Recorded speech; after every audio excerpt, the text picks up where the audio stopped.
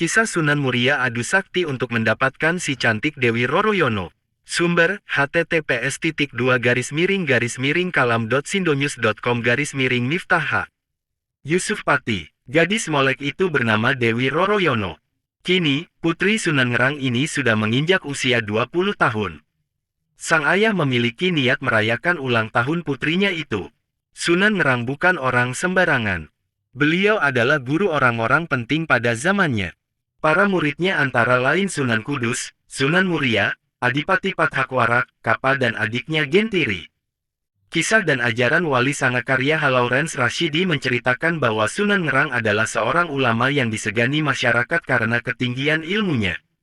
Beliau tinggal di Juwana. Sunan Ngerang mengundang murid-muridnya untuk syukuran 20 tahun putrinya itu. Selain murid, tetangga dekat juga diundang, demikian pula sanak kadang yang dari jauh. Setelah tamu berkumpul, Dewi Roroyono dan adiknya yaitu Dewi Roro Pujiwati keluar menghidangkan makanan dan minuman. Keduanya adalah dara-dara yang cantik rupawan. Terutama Dewi Roroyono yang berusia 20 tahun, bagaikan bunga yang sedang mekar-mekarnya. Bagi Sunan Kudus dan Sunan Muria yang sudah berbekal ilmu agama dapat menahan pandangan matanya sehingga tidak terseret oleh godaan setan. Tapi seorang murid Sunan Ngerang yang lain yaitu Adipati Pathakwarak memandang Dewi Roroyono dengan mata tidak berkedip menikmati kecantikan gadis itu. Sewaktu menjadi cantrik atau murid Sunan Ngerang, yaitu ketika Pathakwarak belum menjadi adipati, Roroyono masih kecil, belum nampak benar kecantikannya yang memesona. Sekarang, gadis itu benar-benar membuat Adipati Pathakwarak tergila-gila. Sepasang matanya hampir melotot memandangi gadis itu terus-menerus. Karena dibakar birahi yang menyala, Pathakwarak tidak bisa menahan dirinya. Dia menggoda Roroyono dengan ucapan-ucapan yang tidak pantas.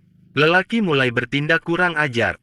Jelas saja Dewi Roroyono merasa malu sekali, lebih-lebih ketika lelaki itu berlaku kurang ajar dengan memegangi bagian-bagian tubuhnya yang tak pantas.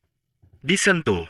Si gadis naik pitam, nampan berisi minuman yang dibawanya sengaja ditumpahkan ke pakaian sang adipati. Pathakwarak menyumpah-nyumpah. Ia naik pitam. Sementara para tamu menertawakan kekonyolannya itu. Hampir saja Dewi Roroyono ditamparnya kalau tidak ingat bahwa gadis itu adalah putri gurunya. Dewi Roroyono memilih lari masuk ke dalam kamarnya. Gadis itu menangis sejadi-jadinya karena dipermalukan oleh Pathakwarak. Malam hari tamu-tamu dari dekat sudah pulang ke tempatnya masing-masing. Tamu dari jauh terpaksa menginap di rumah Sunan Ngerang. Mereka yang menginap itu termasuk Pathakwarak dan Sunan Muria. Pathakwarak memiliki niat tak terpuji. Lelaki yang sudah dibakar nafsunya itu tak dapat memejamkan mata kendati malam telah larut. Pathakwarak kemudian bangkit dari tidurnya mengendap-endap ke kamar Dewi Roroyono. Gadis itu disirapnya sehingga tak sadarkan diri. Kemudian melalui genteng Pathakwarak melorot turun dan membawa lari gadis itu melalui jendela.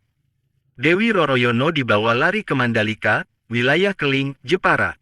Setelah Sunan Ngerang mengetahui bahwa putrinya diculik oleh Pathakwarak, maka beliau berikrar siapa saja yang berhasil membawa putrinya itu bila perempuan akan dijadikan saudara Dewi Roroyono. Bila lelaki akan dinikahkan dengannya. Tak ada yang menyatakan kesanggupannya.